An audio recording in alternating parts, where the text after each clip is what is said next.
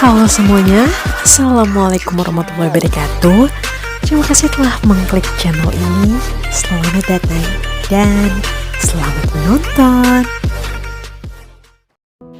Hai sahabat, pada video sebelumnya kita telah melihat perlawanan seorang gadis bernama Mushkan Khan dalam mempertahankan hijabnya. Selanjutnya di video ini saya akan membahas tentang dalang dan dampak yang ditimbulkan dari peristiwa tersebut. Pengen tahu seperti apa ceritanya? Yuk kita mulai.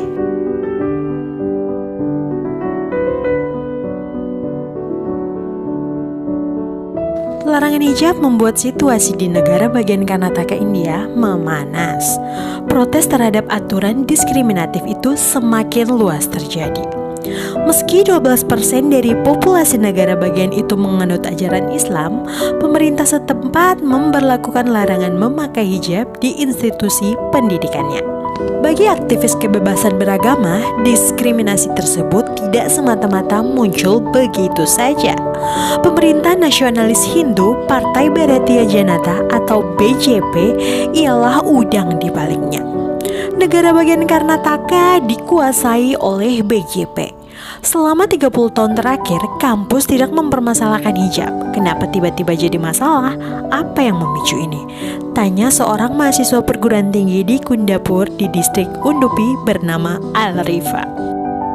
Kelompok minoritas agama seperti Muslim dan Kristen telah menghadapi berbagai serangan dari kelompok bersayap kanan di Karnataka. Bahkan di bawah pemerintah BJP, kepolisian pun tak sungkan melepas gas air mata ke kerumunan aksi demonstrasi damai yang memprotes larangan hijab. Kami tidak bisa melepas hijab begitu saja. Ini adalah pelecehan yang ditargetkan oleh pihak berwenang, ujar Rifa seperti dikutip dari Al Jazeera.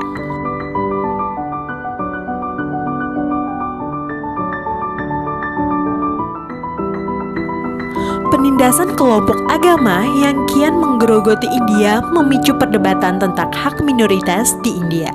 Pemerintah BJP telah mengeluarkan sejumlah undang-undang lain yang diyakini menargetkan kelompok minoritas agama. Aturan larangan hijab sudah berlaku per 5 Februari 2022 lalu.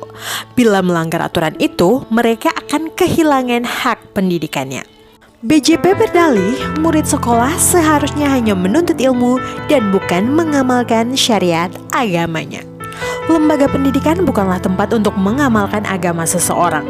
Mereka harus fokus pada pendidikan dan datang ke kampus untuk belajar, bukan untuk menegaskan identitasnya, ujar juru bicara BJP, Ganesh Karnik, seperti dikutip dari Al Jazeera. Karnik lantas menuduh sekelompok kecil muridlah yang melebih-lebihkan masalah itu. Otoritas setempat memerintahkan penyelidikan atas kepentingan pribadi yang menyokong tuntutan agar siswi yang berhijab dapat masuk ke sekolah. Ia mencurigai adanya kepentingan politik di balik permintaan para siswi Muslim.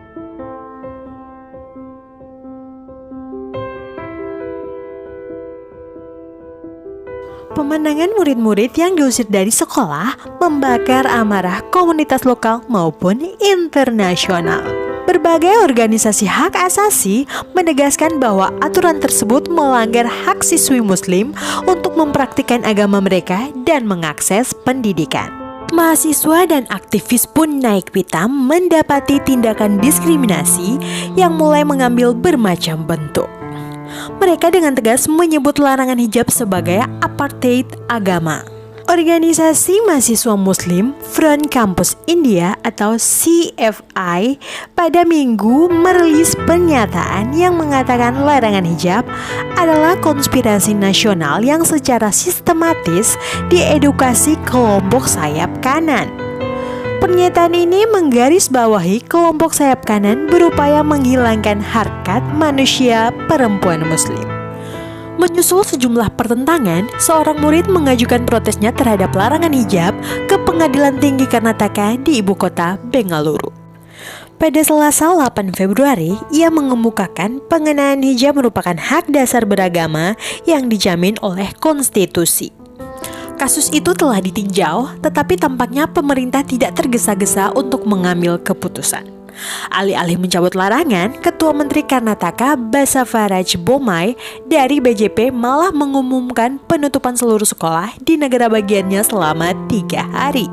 Saya mengimbau kepada semua siswa, guru, dan manajemen sekolah dan perguruan tinggi serta masyarakat Karnataka untuk menjaga perdamaian dan kerukunan, kata Bommai dalam sebuah cuitan di Twitter.